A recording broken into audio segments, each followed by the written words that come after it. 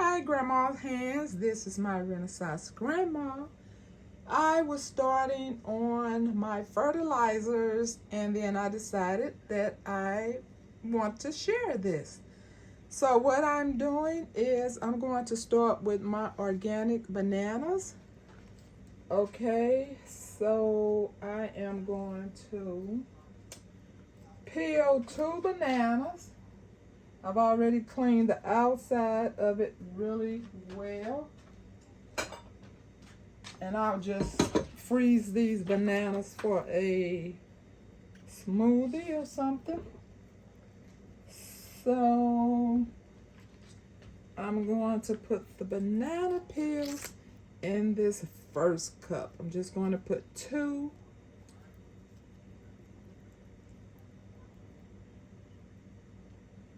And I'm going to leave them in there for about 3 days. And what this is going to do for my plants is it's going to boost the plant growth. It's going to strengthen the stems and help resist with pests. So that's what I'm going to do with these 3.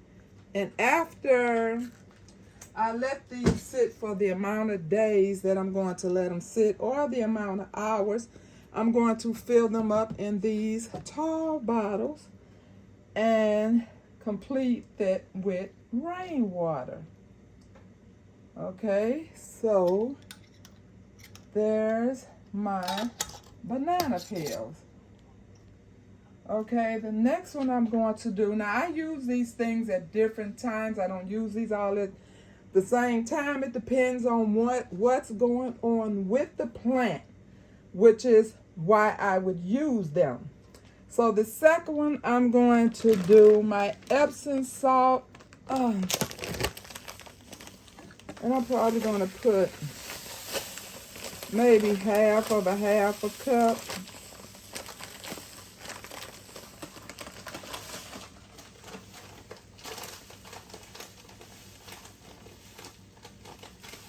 Because this is a gallon.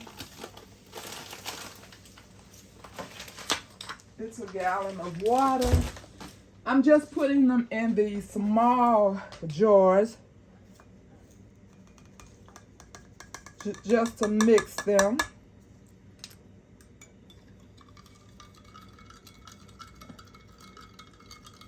Okay, I'll just let that break down. Okay, that's the Epsom salt. And that has my magnesium in it. And so if I see my leaves looking a little light green or yellowing, I know that it needs some chlorophyll, so I would add some Epsom salt to them. And it also prevents transplant shock. Okay, these 2 are boiling water. So what I'm going to put in the first boiling water is some seaweed. I'm making my seaweed water. And the purpose of this is it has some growth promotion properties in it, and it also acts as a soil conditioner, which is also supposed to control pests. So I'm going to put that seaweed in there, and I'm going to let that sit, I don't know, probably a day. This one is also boiling water. So what I'm going to put in that is probably half a cup of rice. And I'm going to use this rice water. And the rice water is good for phosphorus, for strong root growth. And it also has magnesium, calcium, copper. It's good for your peppers and your tomatoes. And it also has sulfur and B vitamins. So I'll probably let this rice sit probably a day. And of course I use this. I know a lot of people are totally against using this type of stuff, but I eat out of a grocery store every day and I don't know what I'm eating there, so I use this. As you can see, I've already been using it on my hydroponics. It does enhance the growth, and so I use that outdoors and indoors. And another thing that I also use is milk. because of my calcium and B vitamins, and it prevents, you know, blossom rot. So if I, like tomatoes, last year they got so full of water because it rained so much.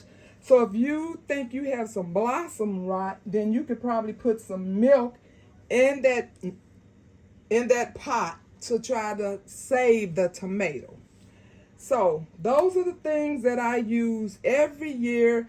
Like I said, after they're done and ready, I'm going to strain them off and put them in these big bottles with rainwater, and I just set them aside so I don't have to worry about trying to get them ready. When I need them at that moment, they will already be ready. Thank you so much for watching. I'll pray for you, you pray for me, and we'll watch God change things. God bless everybody.